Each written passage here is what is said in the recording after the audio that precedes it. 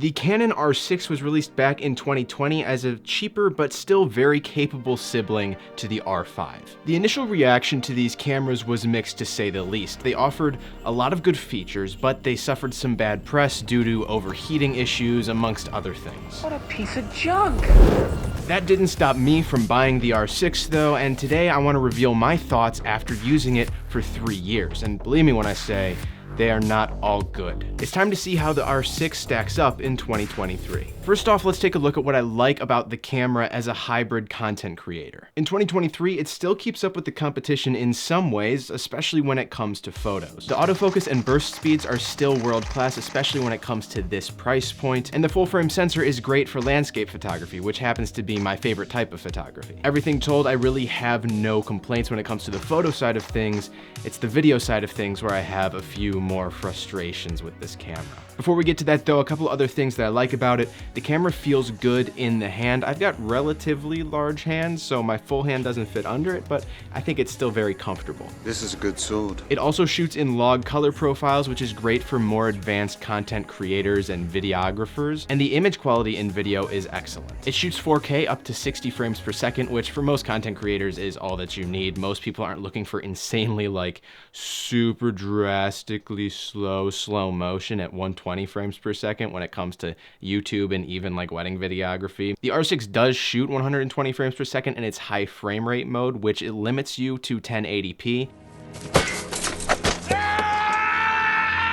And while a 1080p image can range from something absolutely awful to absolutely awesome, this one is terrible. Terrible on the R6. Even in perfect lighting, it's rough. Of course, you're probably planning on filming in 24, 30, or 60 frames per second, and all of these modes look really great on the R6, despite having a super minor, barely noticeable crop in when you go from 1080 to 4K. My first frustration with the R6 is its autofocus. I'm not talking autofocus in photo mode, that's great, but autofocus in video mode can be a little bit questionable. I found that when I was filming a subject with eye or face autofocus, the camera would just randomly lose the subject and rack focus to the background, which was terrible. This was particularly egregious when I was shooting at fast apertures like 1.8. And it could be a huge issue when I was filming by myself like this because I wouldn't catch it until I went back to review the footage, and by then it was too late. Thankfully, I did find a workaround. The issue lies in the autofocus sensitivity settings in the camera. I went into the settings and lowered the movie servo autofocus track sensitivity to -2 so the focus would pull a bit slower. And then, this is key, I changed the switching tracked subject setting to initial priority.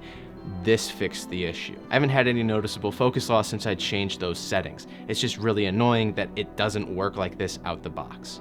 He's not normal. Boy, are you bugging me, man! Gripe number 2. There's that darn record limit. After 30 minutes, it just stops recording and you have to hit the record button again. It won't roll over into a new clip. At first, I didn't think that this would matter because with my YouTube videos and a lot of other content, I'm not even coming close to recording for 30 minutes at a time. But then I started to do more client work and I worked on some documentaries, and all of a sudden that 30-minute time limit became a massive problem. Interviews, for example, can last substantially longer than 30 minutes, which makes the R6 completely unusable as an A camera for interviews for these types of shoots. I have used the R6 as a B camera for interviews, but it's still irritating to have to sit at my B camera and have a timer set for 30 minutes just to make sure that I hit that record button again and don't lose half of the interview's worth of secondary camera shot. For this reason alone, I would absolutely never ever recommend the R6 for anybody planning on shooting documentaries or podcasts. And that's not even the worst issue that I've dealt with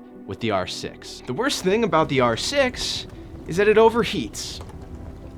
A lot. There have been multiple instances where I have had to take a break from shooting in the middle of an event or filming B-roll at 60 frames per second because the camera started to cook itself. And one of the things that exacerbates this issue is that their warning for the overheat is very, very uninformative. It just flashes a scary red light at you to get you to turn the camera off, which is effective, but really hampers your ability to use this camera when it starts to warm up. Overheating is much worse in 60 frames per second, but I have had it overheat just shooting 4K 24. I've noticed it's also more likely to happen if you're filming in C-Log 3.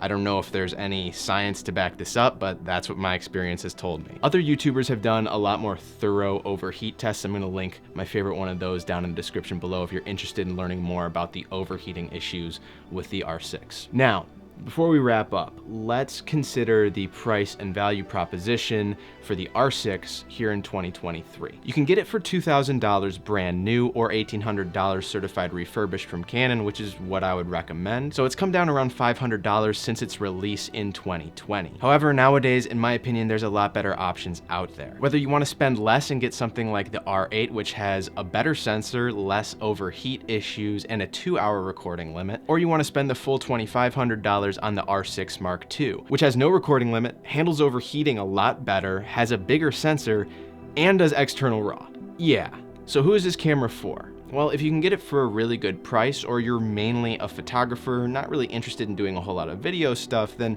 this really holds its own. But if you're a content creator interested in creating YouTube videos or getting into client work down the line, perhaps you even have client work now, I can't recommend the R6 for you here in 2023.